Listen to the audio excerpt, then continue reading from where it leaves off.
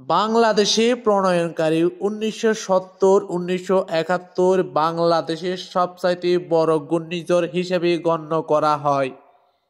১৯৭০ সালে ১২ই নভেম্বর চট্টগ্রামে একটি ঘূর্ণিঝড় আঘাত এনেছিল।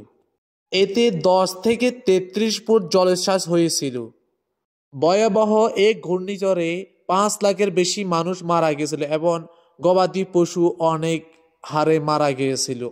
১৯৮৫ সালে এবং উড়িষ্যায় এই ঘূর্ণিঝড়টি আঘাত আনে এবং বাতাসের গতি ছিল ১৫৪। এই ঘূর্ণিঝড়টি কিছু অল্প জায়গায় ঘূর্ণিঝড়টি হয়েছিল, তাই ক্ষয়ক্ষতি বেশি ছিল না। এরপরে ১৯৯১ সালে একটি ভয়াবহ একটি ঘূর্ণিঝড় আঘাত এনেছিল। ১২ থেকে ২২ ফুট এই জলের সাথে বাতাসের গতি ছিল ২২৫ কিলোমিটার।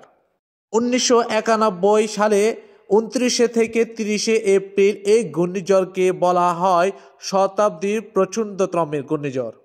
ভয়াবহ এই ঘূর্ণিঝড়ে ১,৩৮,০০০ মানুষ মারা গিয়েছিল। সব মিলে ১ কোটি মানুষ ক্ষতিগ্রস্ত হয়েছিল। ২০০৭ সালে খুলনা বরিশাল উপকূল অঞ্চলে ঘূর্ণিঝড় সিডর আঘাত আনে। এটি বাতাসের গতিবেগ ছিল ঘন্টায় ২২৩ কিলোমিটার।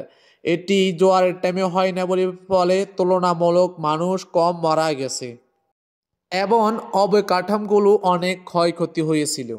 সিডর রেড স্কুটস গণনায় ১০,০০০ মানুষ মারা গেছে বলে, কিন্তু সরকারের হিসাবে ৬,০০০ মানুষ মারা গিয়েছিল। ২০০৯ সালে ২৫ মে পশ্চিমবঙ্গ থেকে ঘূর্ণিঝড় আইলা আঘাত আনে খুলনায়।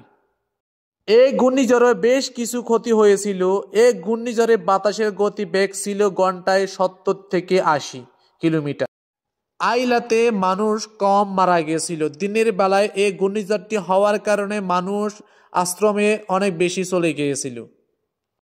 এরপর ২০১৫ সালে ৩০ জুলাই ঘূর্ণিঝড় একটু কমে। ২০১৬ সালে ২১ মে ঘূর্ণিঝড় রোয়ানু এবং ২০১৭ সালে সর্বশেষ ঘূর্ণিঝড় মৌরা আঘাত আনে। সর্বশেষ ২৬ মে ১২০ কিলোমিটার বেগে এই ঘূর্ণিঝড় রিমাল আঘাত এনেছিল। এটি বাংলাদেশ অতিক্রম করে চলে যাওয়ার পরে এর ক্ষয়ক্ষতির হিসাব এবং অবস্থান জানা যাবে।